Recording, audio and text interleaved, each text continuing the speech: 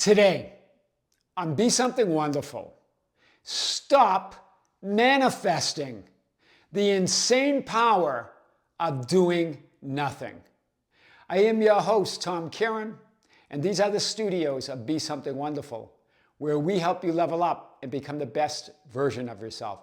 Creators, good morning and welcome back to the studios of Be Something Wonderful. One of you reached out to say, Tom, I have been manifesting my specific person for months now. I don't know what else to do.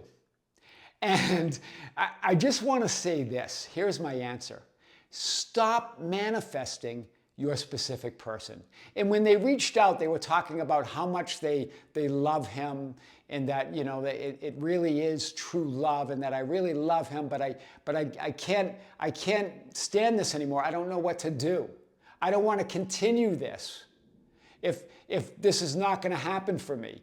All of this was going on in the email. But remember, I just really want to give you the secret to everything. Stop manifesting. Do nothing. All your power is in that. You say that you love him, but you're not loving him. You're lacking him. You're feeling the lack of him. That's what you're creating. We're going to get into all of this today and more. And I think either on the Tom Kearin channel or the Be Something Wonderful channel, I think it was the Tom Kearin channel, where I read an email from one of you that was saying, Tom, you were describing these manifestations that were unfolding in your life, in your experience. And you were saying, Tom, I did nothing. I did absolutely nothing. Yes, it's about being. Being is the new doing, right? This is your answer to everything. Genevieve Davis, I talked about that spiritual teacher, or I have talked about that spiritual teacher in other videos, older videos. She wrote the magic books. If you haven't read those are great. Powerful manifestor, powerful creator. She would say, do less than you can possibly imagine. I mean, really do nothing. Right? She also had this thing, the path to everything that you want is to resist nothing. Do nothing and resist nothing. Right? And remember, we're not saying don't take action. We're going to get to that. We're not saying don't take action. There's a difference between doing things that you believe are conditions that you need to meet to be that person you want to be and have those things you want to have, than taking action from the love of what you want. There's a difference, right? So remember, this is what William Whitecloud in The Magician's Way says, really powerful. There is never anything to do, but always action to take, making a distinction between doing, meaning I have to do some things, I have to do these processes, I have to meet these conditions before I can be that person I want to be, before I can have those things I want to have, before I can be fulfilled. I need to do these things. That's the difference. Instead, come from fulfillment.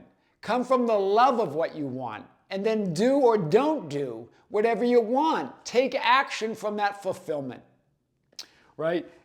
And again, we're not talking about some nebulous divine or inspired action. That I know that lots of spiritual teachers talk about this idea about inspired action versus uninspired or ego action. We're not talking about that. Remember, you're God. You are all that is.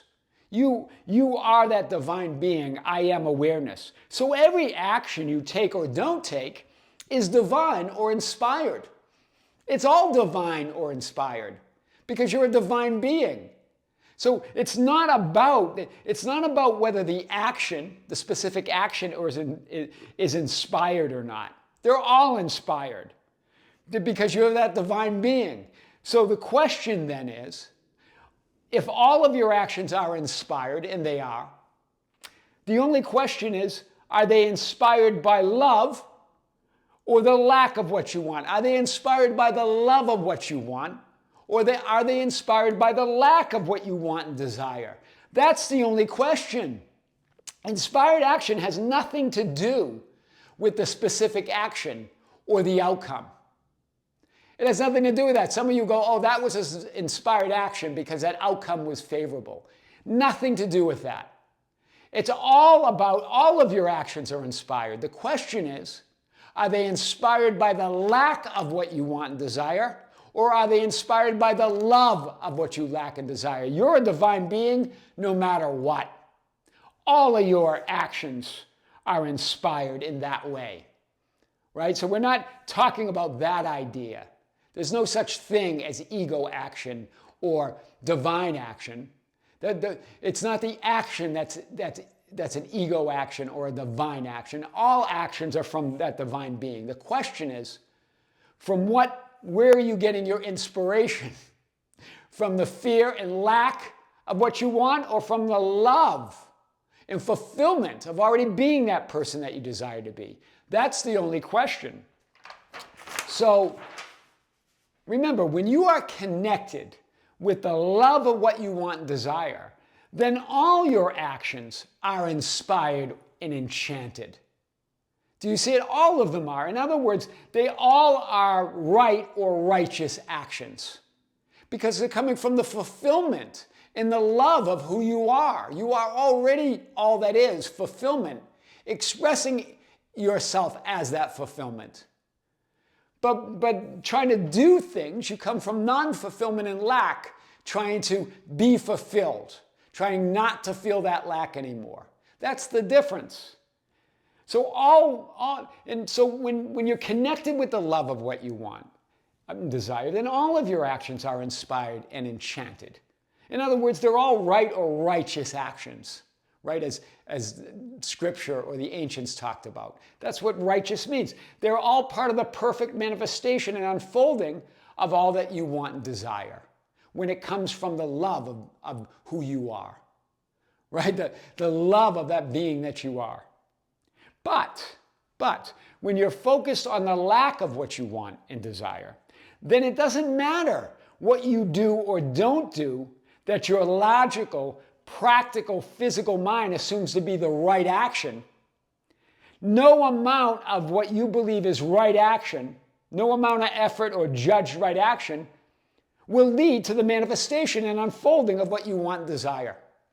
Do you see it? When you're focused on lack, that's all you'll see. Right? Like A Course in Miracles says, when you want love, that's all you'll see. Right? So if you want love, if it comes from that love, that's all you'll see. That fulfillment is all that you'll experience.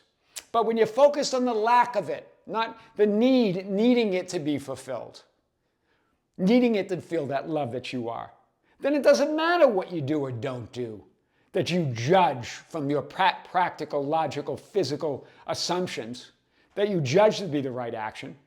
No amount of that judged right action will lead to the manifestation of everything that you want. Wow. But when you're connected to that love of what you want, then it doesn't matter what you do or don't do that you think is not the right action. Hear this, that your logical mind says, oh, that's not the right action. All of it will lead to everything that you want and desire. That's powerful. So, doing means you are focused on what you assume, believe you need to do to be who you desire to be and have what you want to have. Wow. It's inspired by lack and non-fulfillment. It's still inspired action, but it's inspired by the lack of it, by that sense of non-fulfillment, by I am not that person I desire to be, that I am not worthy, that I'm not deserving, that I can't accept this. You're focused on the conditions you assume you need to meet, that need to be met, or that you need to meet before you're fulfilled. Wow. Processes and techniques simply become another condition to your fulfillment, instead of a powerful tool to focus and choose on what perspective of fulfillment and all that you are, all that isness that you are, that you want to experience now. Hear the difference. Right? Process and techniques, there's nothing right or wrong with them. They just are. But if you're but they just become another condition to your fulfillment when you're focused on the lack of what you want, when you're not connected to the love of what you want. But when you're connected to the love of it, when it's coming from fulfillment, Then they become a powerful tool for you to focus on and choose what part of that fulfillment, what part of all that you are that you want to experience now. That's powerful. You are all that is, the Son of God, existence itself. You're the Son of existence, the child of existence.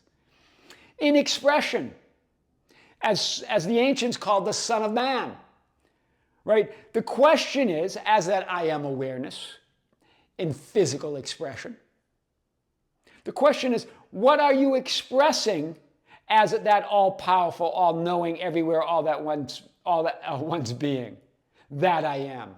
What are you expressing? The lack of what you want or the love of it? Because that makes all the difference. Hear this. Hear this loud and clear today. There is no greater force than expressing the love of what you want and desire. Wow. Because it's source energy. It's the substance of existence, that love.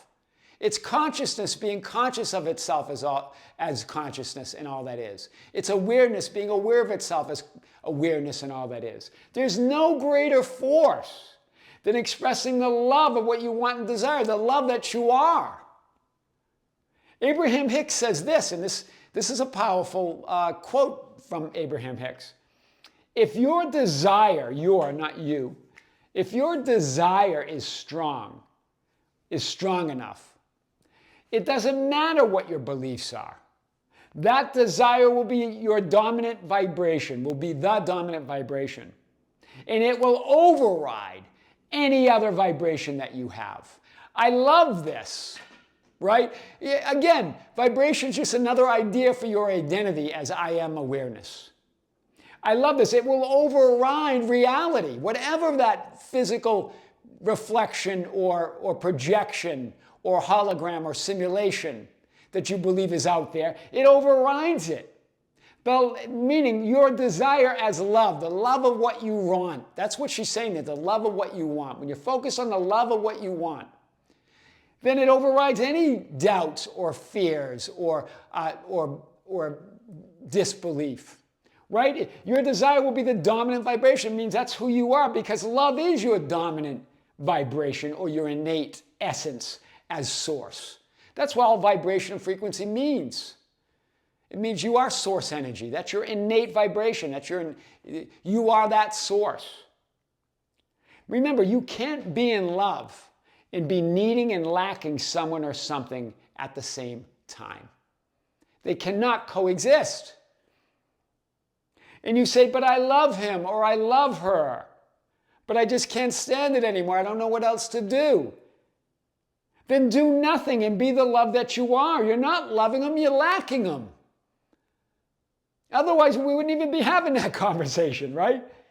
Being is the new doing. So the only question is, are you lacking them or are you loving them? Are you connected with the love of what you want versus the lack? That's powerful. When you express and focus on the love and fulfillment of what you want and desire, you create a bridge to the physical manifested experience that's already there or already here and now.